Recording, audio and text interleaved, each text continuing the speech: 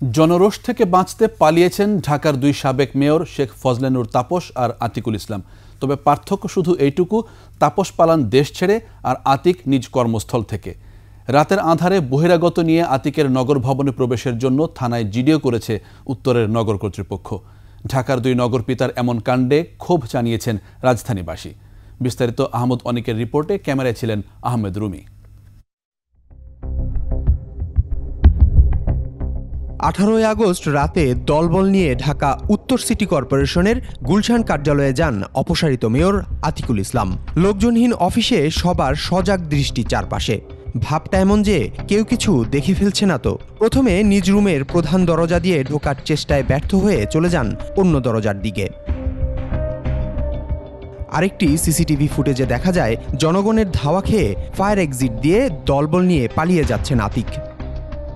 ঢাকা উত্তর সিটি কর্পোরেশনের সাবেক মেয়র মোহাম্মদ আতিকুল ইসলাম এই রুমে বসতেন এবং এই রুমের দরজা এটি। যেদিন সে পালিয়ে গেলেন সিটি কর্পোরেশন ভবন থেকে, এই দরজা দিয়ে তার পাশে যে ফায়ার এক্সিট গেট, সেই ফায়ার এক্সিট গেট দিয়ে তার দলবল নিয়ে আমরা যে ভিডিওটি দেখেছিলাম, এই গেটটি দিয়ে কিন্তু তিনি বের হয়ে যান।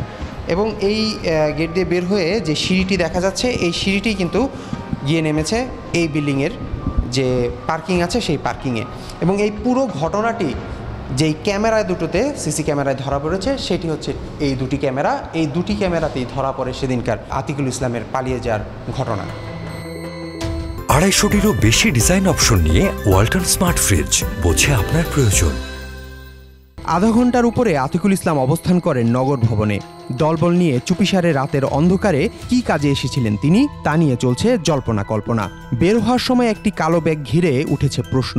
ঢোকার সময় ব্যাগটি দেখা যায়নি কারো হাতেই। বহিরাগতদের নিয়ে ঢোকার অভিযোগে আতিকুল ইসলামের বিরুদ্ধে করা হয়েছে জিডিও।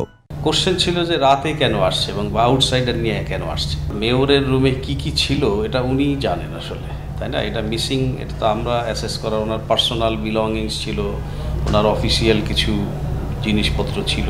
আমরা যেহেতু জিডি করেছি, সব কিছুই ওই কানেকশনে ইনভেস্টিগেশন হবে এবং সেই পুলিশের ইনভেস্টিগেশনকে আমরা ফ্যাসিলিটেট করব। 5 আগস্ট শেখ হাসিনা দেশ ছাড়ার আগেই বিদেশ পাড়ি জমান ঢাকা দক্ষিণ সিটির অপসারিত মেয়র শেখ ফজলে নূর তাপস।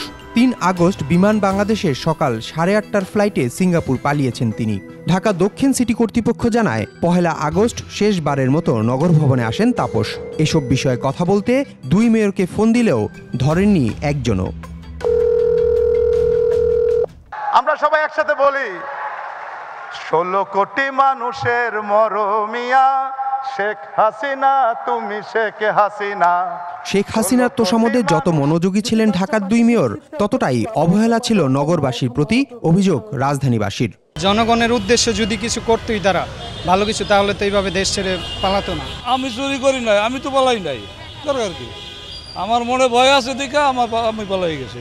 দুই মেয়রের বিরুদ্ধে দুর্নীতির যেসব অভিযোগ উঠেছে তা খতিয়ে দেখার দাবি সাধারণ মানুষের।